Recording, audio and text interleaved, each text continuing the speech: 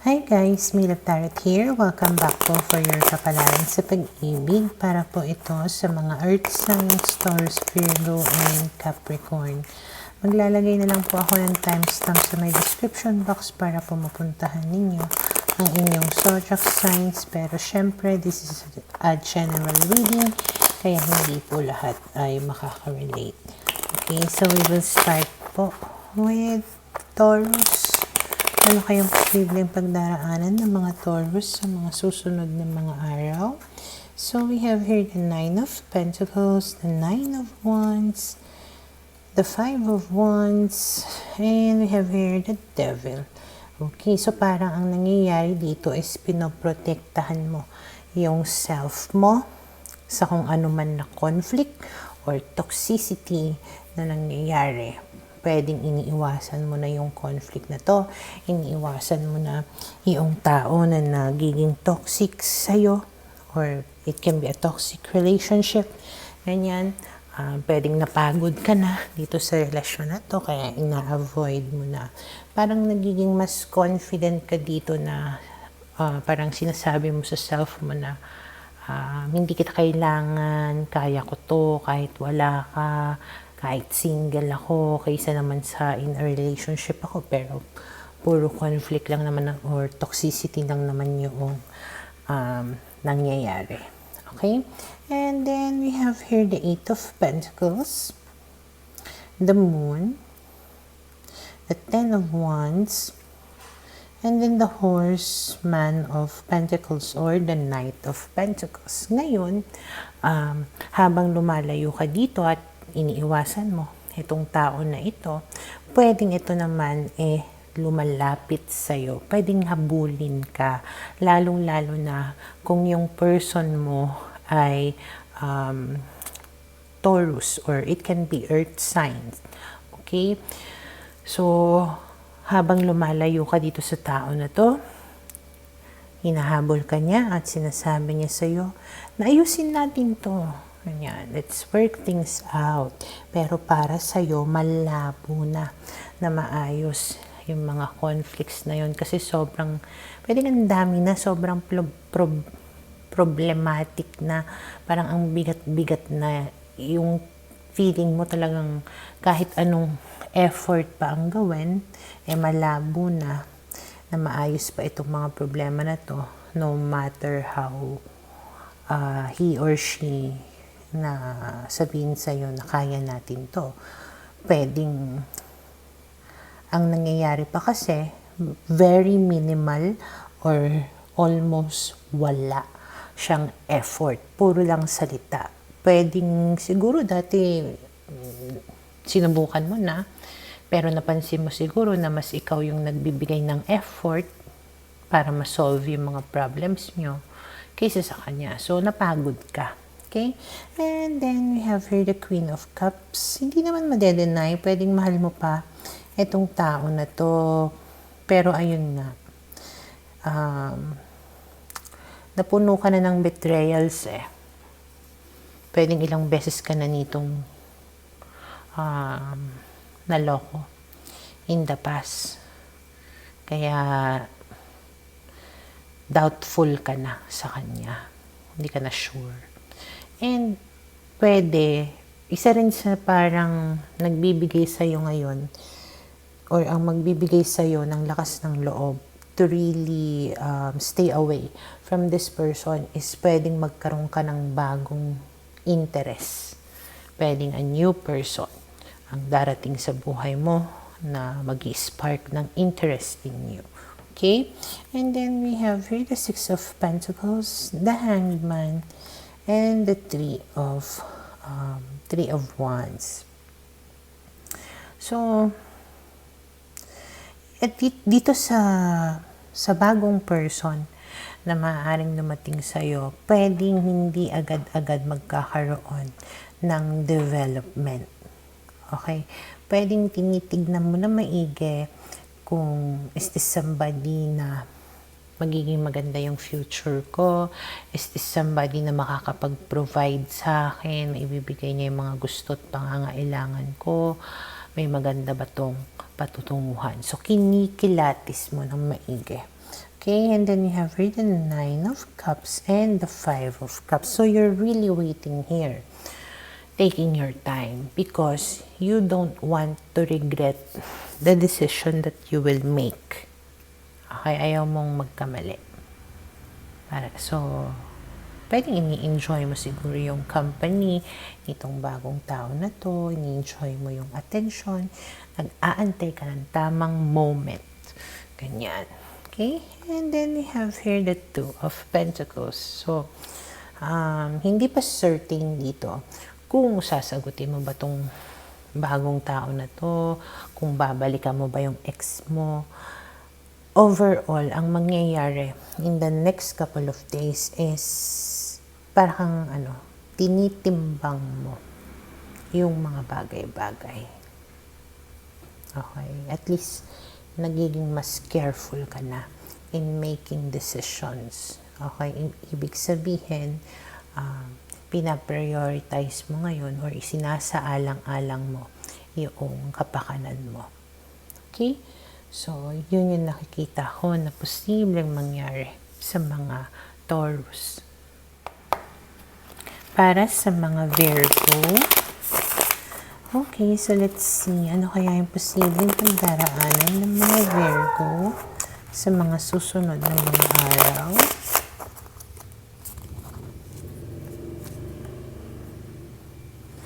Okay, so we have here the High Priestess, the Strength card, the 8 of Wands, and the King of Swords. Base sa mga barahan na to, King of Swords, it can be an Aquarius, na pwedeng makipag-usap sa'yo, makipag-communicate with you.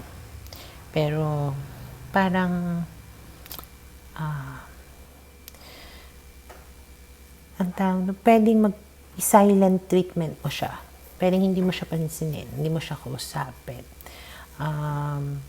Parang kinukuha mo dito yung lakas ng loob mo or maybe tinitibayan mo siguro yung sarili mo to really communicate with this person. Okay? Maybe nagiging mas wise ka na siguro in dealing dito sa tao na to. Kaya imbes na kausapin mo, mas minamabuti mo na wag pansinin. Okay? And then we have here the 9 of Swords, the 5 of Pentacles. Inabandon na ka siguro nitong tao na to. Hindi kanya kinibo before. Okay? Etong tao na ito siguro created a lot of stress in your life before. Talagang sobrang pinag-overthink ka nitong tao na to noon. Tapos, iniwanan ka pa, pwedeng nawala kasi siya, pwedeng ginost ka niya, no? Tapos, bigla na naman siyang nagparamdam. Kaya ayaw mong pansinin. Wala kang ginagawa dito na aksyon. Pero siya naman, pwedeng patuloy ka niya siguro na imemensahe. Okay? And then, we have the 2 of Wands, the 6 of Swords, the Moon, and then we have here the Queen of Wands. Ang mangyayari is ikaw, parang iniisip mo na, ano yung magiging future ko sa tao na ito? Magkakaroon ba kami ng magandang future? Magkakaroon ba ng mga magagandang pagbabago kung halimbawang kausapin ko to? And then biglang marirealize mo, imposible. Parang hindi ka na sure. Malabo na sa'yo. Okay? And because of that, mas tumindi yung self-control mo. Naging mas confident ka sa decision mo dito na i-ignore etong tao na to at wag na lang kausapin nga. Okay? And then we have here the 10 of Wands, the Hierophant, and then we have here the 10 of Swords. Para sa'yo, 10 of Swords, it's the end of this relationship, of this hardship. Ayaw mo na. Ayaw mo na yung dinala ng tao na to na problema sa'yo at stress sa'yo. Tapos na. Ganyan. Okay, and then we have here the Emperor, the Knight of Swords, and then the World card. So, meron ditong Aries and Gemini. Pwedeng dumating sa buhay mo. And it will be the start of a new chapter in your life. What happens next, hindi pa natin alam. Pero ayun nga, huwag kang matakot kasi meron pang iba na darating sa buhay mo. Okay? So, yun yung nakikita ko na posibleng mangyari sa mga Virgo.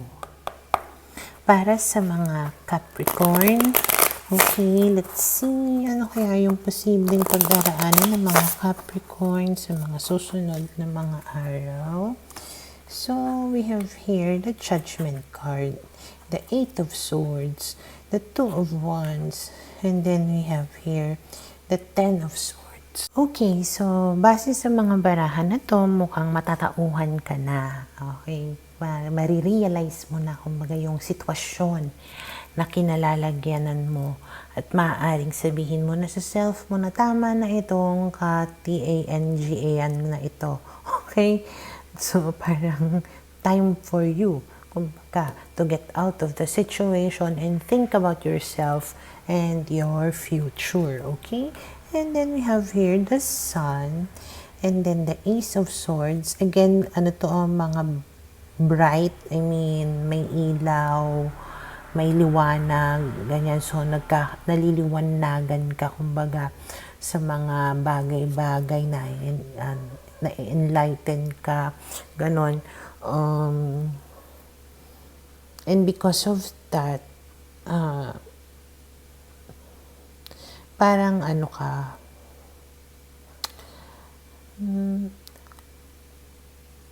mahal mo pa naman yung tao, lalong-lalo na kung yung person mo ay Scorpio. Pero siguro yung realization mo dito hindi pwedeng puro pagmamahal lang. Na yung ninanais mo, kumbaga na future na maganda, pwedeng hindi mo siguro makuha sa kanya. And you want to be happy. And you know yung happiness na yun, pwedeng hindi niya ma-provide siguro sa'yo. Okay?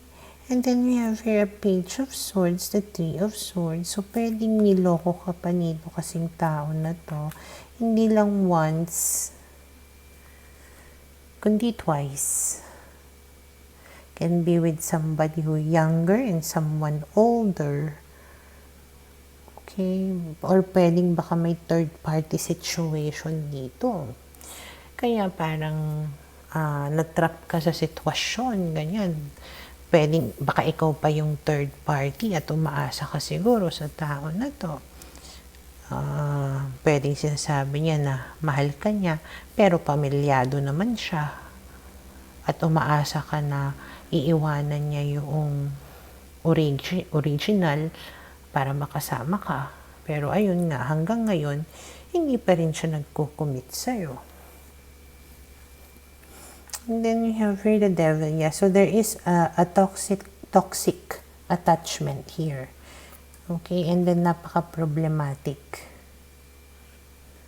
Committed na talaga itong person mo dito. Hindi lang ikaw yung option niya. Pwedeng married na nga talaga siya. Yeah, with family. So, paulit-ulit lang yung sinabi. Okay, kailangan mo talagang matauhan na itong tao na ito, may iba at hindi ikaw yung pinipili niya, hindi ikaw yung priority niya at hindi ka niya parang pananagutan dahil nga pwedeng pamilyado or may asawa or sadyang meron talaga siyang iba pang priority, hindi lang ikaw. So, kailangan mo na talagang umalis. Okay, so dun lang kumbaga iikot yung pwedeng mangyari sa'yo sa mga susunod na mga araw. Titingnan na lang natin ulit kung anong mangyayari sa'yo in the next readings. Okay? But for now, ayun, nakikita ko na posibleng mangyari sa mga Capricorn.